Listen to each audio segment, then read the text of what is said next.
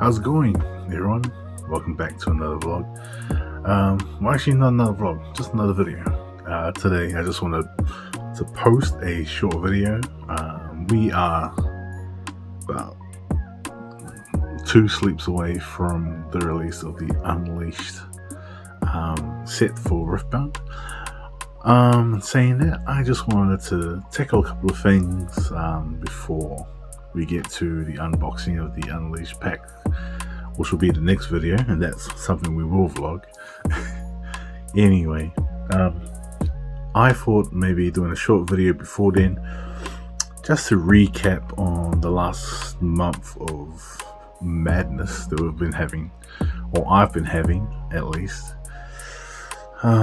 Firstly, I never thought I would just get into a card game and just start enjoying it and playing it as much as I have with the Riftbound TCG. It will be probably the main card game that I play here long term on this channel. But in saying that, there are other card games out there that I will be at least doing unboxings and pack openings for. Stuff like Magic the Gathering or Pokemon. Those are some really nice ones, some Gundam.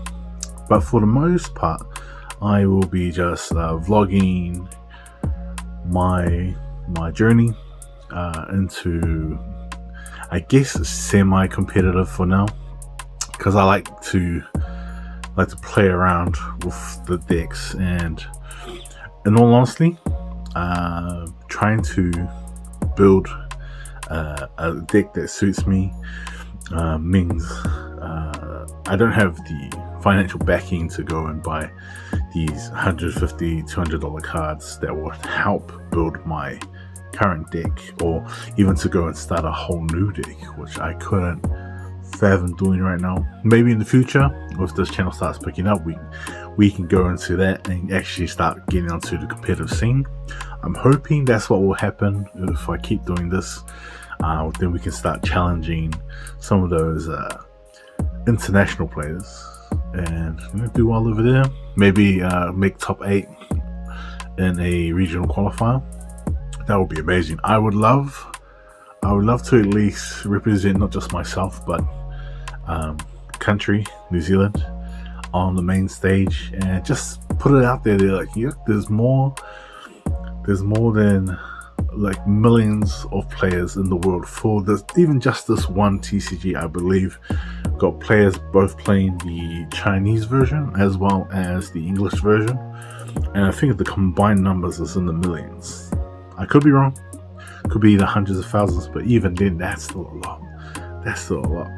But I want to eventually get to the level of competitive play that I can just do this and compete and do well. Not just compete and do well, but be very, very, I want to make number one. If number one's not your goal for competitive playing, I don't know what is there. You have to aim for the top, so that's my goal, to aim for the top. But firstly, I gotta get to the top of my locals. So my local stores, which is going to be maybe a couple more months before I can get one of my first place crowns. That would be great. Secondly, starting from the bottom, like a lot of players do, especially when they find the game interesting like I did and don't know where to start, and you just go and buy like a beginner's deck or a starter deck and just get into it. It can seem a little daunting, especially when you go up against a lot of these guys who have put in like time and hours into understanding the cards and like creating their own decks with different combinations and buying single cards to boost the power of their decks. But that's the fun of it. That's the challenge, and that's part of the competitive thing that I think people forget, is that you're having to challenge yourself a lot. And even in the top, where the pros are, a lot of them, could have very similar decks. They're both competing with the very like mirrored decks, or the mirror matches. But what defines who wins is usually the pilot of the deck, the controller, the person who runs the cards.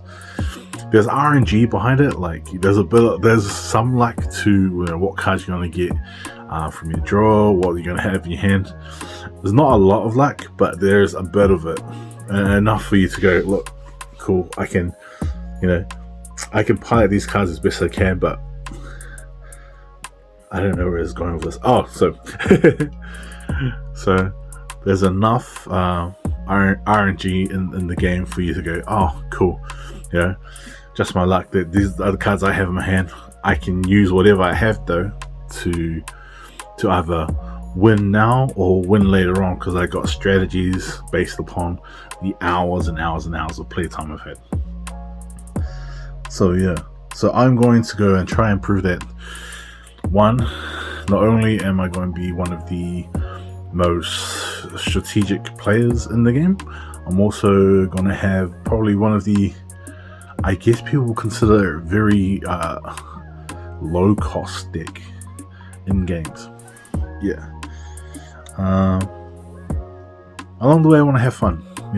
If I find like a deck interesting, or the characters or legends interesting, I would build a deck for it just to play it in my Nexus nights, my locals, because it's fun. It's so much fun just to play different cards and just have fun, and keep like the skirmishes. Those ones will be like the big constructed decks. You're like, I want to bring out my aces, bring out my kings and queens of my cards.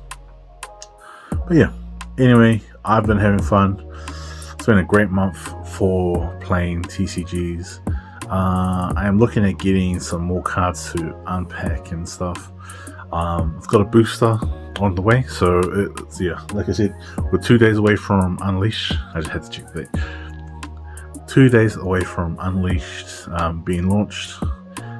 Those who spent time at the pre-rifts, I've seen so many great cards come from the pre-rift. A lot of people getting some overnumbers.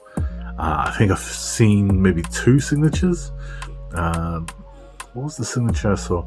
There was the Rengar signature, and someone got the Pike signature, I believe it was. It was either the Pike signature or the Pike overnumber. That is the one I'm looking for, is the Pike, either the Pike overnumber or the Pike signature. I'm also looking at the Diana signature, which actually the Diana overnumber looks beautiful as well. It's a very cool like anime style design with the card, so I'm looking forward to that. And of course there's the newest rarity, the ultra rare, which is the Baron Nashor, which is the full art. It looks wicked. If you go to Google and type in Baron Nashor or Nashor, it has 3 different cards. It has the base art, which is still looks lethal as a base art Baron Nashor. You have the alternate art, which if you see the foiling on that, it's ridiculously good foiling. And then they have the ultra rare, which is above, like, I think it's 1 in every 36. Was it 1 in every 6 cases or something? Is a Baron Nashor, compared to 1 in every 36 boxes is a signature or something like that. I can't remember. Someone tell me the numbers or write in the comments. But the rarity of that Baron Nashor is ridiculous. It would be great to pull it. I can't lie, it's like a 10. It's like a 5-figure card. Yeah, because I'm sure someone said it was like 8 or 9k. No, they said it was 16k New Zealand. So $16,000 New Zealand, $16,000 card. Massive. They'll pay for the next several. Like I'll buy 1 or 2 cases of the next series, because buying cases and opening stuff is a lot of fun. I am addicted to opening packs. Always have been addicted to opening presents because of Christmas it's just a fun thing to do, and now I get to do it as a hobby. And the benefit I get is I get cool looking cards. I get to use some of those cards in gameplay, and yeah. But anyway, that's it for me. For the create a short video. But yeah, hopefully you got yourself some cards. You've pre-ordered your Unleash stuff. I do want to see who creates the most wicked decks with the new cards released. The Pike deck is going to be something I'm either Pike or the Rengar, because the Rengar Orange was a brutal card, and I love the effects it has.